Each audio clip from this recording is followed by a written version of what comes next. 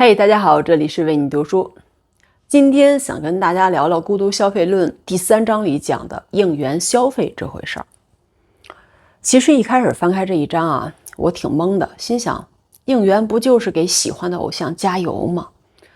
但读着读着发现，三浦展的这个应援可比我想象的复杂的多了。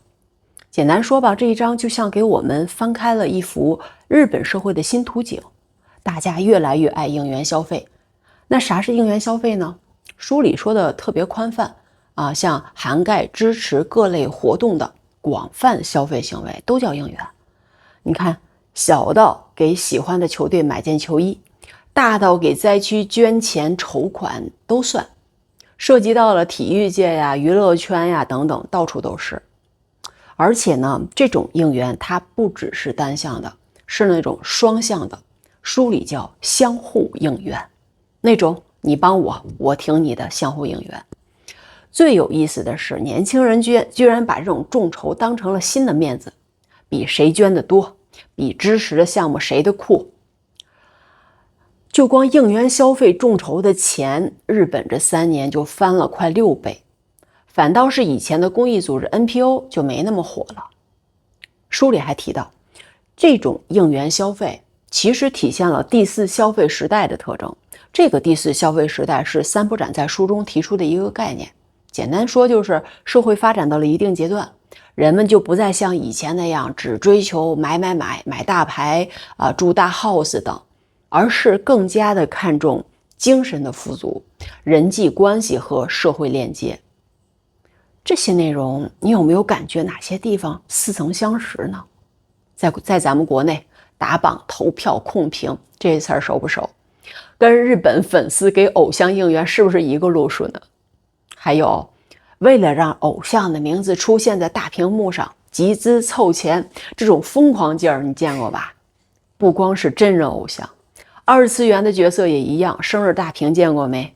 地铁里、商场里突然冒出一个动漫人物的巨幅海报，上面还写着生日快乐，这就是给虚拟角色的牌面。还有更绝的，包个咖啡馆，墙上贴满角色海报，粉丝们聚在一块吃蛋糕聊剧情，这叫生咖，你听说过吗？还有那些快拆的老街，那家开了几十年的糖水铺突然成了网红打卡地，年轻人排队去买，就为了说一句挺住啊。以前觉得应援就是喊喊加油，那现在呢？买周边是应援，转发点赞是应援，甚至给素人博主的视频投币都叫应援。然而在三浦展眼中，应援消费可能更加夸张。先说个数字吧，你肯定想不到，77亿到501亿，77到501亿啊，你没听错，就是这么夸张。三浦展在《孤独消费论》里，就在这一章里，他就扔出了这个数字。日本的众筹市场短短几年就这么飞起来了。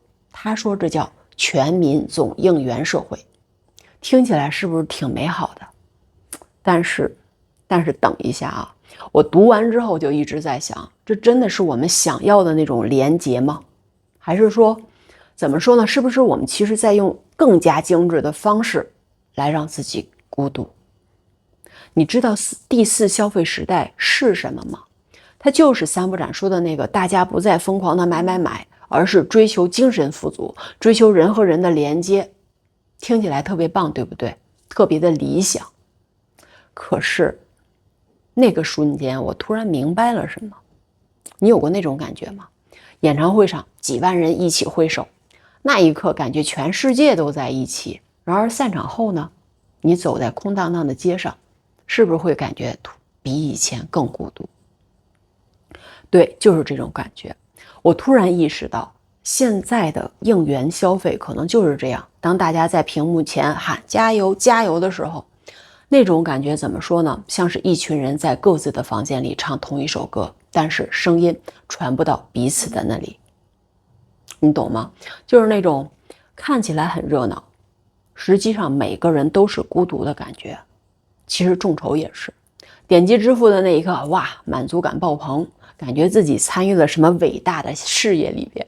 然后呢？然后就没有然后了，很少有人会持续的关注项目进展，更别说和其他的支持者建立什么样的关系了。这不就是孤独的群体狂欢吗？你猜三波站发现了什么？高学历的年轻男性，注意是高学历的，把众筹当成新奢侈品了。什么意思呢？就是说以前炫富买豪车买名表的这帮人，现在炫道德。你看我又参与了一个公益众筹，我这个月支持了3个创业项目，这不都是道德当了奢侈品吗？而且更神奇的是，书里说学历较高的人在众筹上的消费也比较多，但是重点来了，并没有明显的趋势表明参与众筹的人群具有更高的社会责任感。这句话是书里的原话，你听到了吗？消费多，但责任感并没有提高。这说明什么？说明大家其实是在道德外包，他把本来应该通过行动承担的责任外包给了消费行为。天哪，这个想法有点可怕。还记得曾经为本地球队加油的感觉吗？那种真实的你熟识的球员，你和朋友一起去现场的感觉。那现在呢？现在我们支持从没见过的被过度美化包装的运动员，为完全陌生的项目众筹，援助遥远的灾区。当然不是说这样不好，不是的，只是这种应援更像是什么呢？更像是个人心理治疗的服务。在压力巨大的时候，通过支持别人来获得我在做有意义的事儿的这种满足感，就像是现代人为自己定制的一种精神按摩。可是问题来了，这样真的能治愈孤独吗？还是只是让孤独更加的精致呢？想象一下这样的一个场景，我们越来越习惯用消费来表达情感，用消费来承担责任，用消费来建立彼此的联系的时候，然后呢？然后我们就失去了真实的社会参与能力，就像外卖它让人不会做饭了一样。应援消费让人不会真正的面对面交流了，不会处理冲突，不会建立深度关系。这就创造了一个恶性的循环，越依赖消费式参与，越缺乏真实的联系能力，越缺乏真实的联系，就越需要通过消费来填补这种空虚。而且还有更深层的问题，应援消费让大家觉得社会问题嘛，专业化分工就能解决，我只要出钱就行了，听起来很高效，对不对？但是这样就剥夺了个体直接参与社会建设的机会啊！当年轻人习惯用钱投票，而不是用行动改变，他们就失去了与人协作、面对挫折、承担责任的成长机会。这是不是一种温柔的幼体化呢？让人们永远留在消费者的位置上？当然不是要完全的否定应援消费，毕竟它确实帮助了很多项目，也让人有了某种程度的参与感。关键是什么呢？关键是要把它当起点，而不是终点。真正的连接需要什么呢？需要从一次性的捐款到持续的关注，从个体的消费到集体的行动，从情感表达到技能贡献。但说起来容易，做起来难呀。我们已经习惯了消费的便利，习惯了屏幕的中介，习惯了情感的外包。要重新学会真实的连接，需要勇气，需要时间，需要走出舒适圈。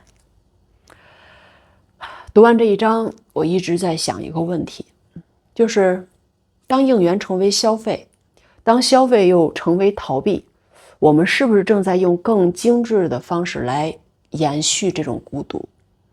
真正的第四消费时代应该是超越消费的时代吧，不是通过更好的消费来连接，而是通过真实的连接来超越消费。但这真的很难。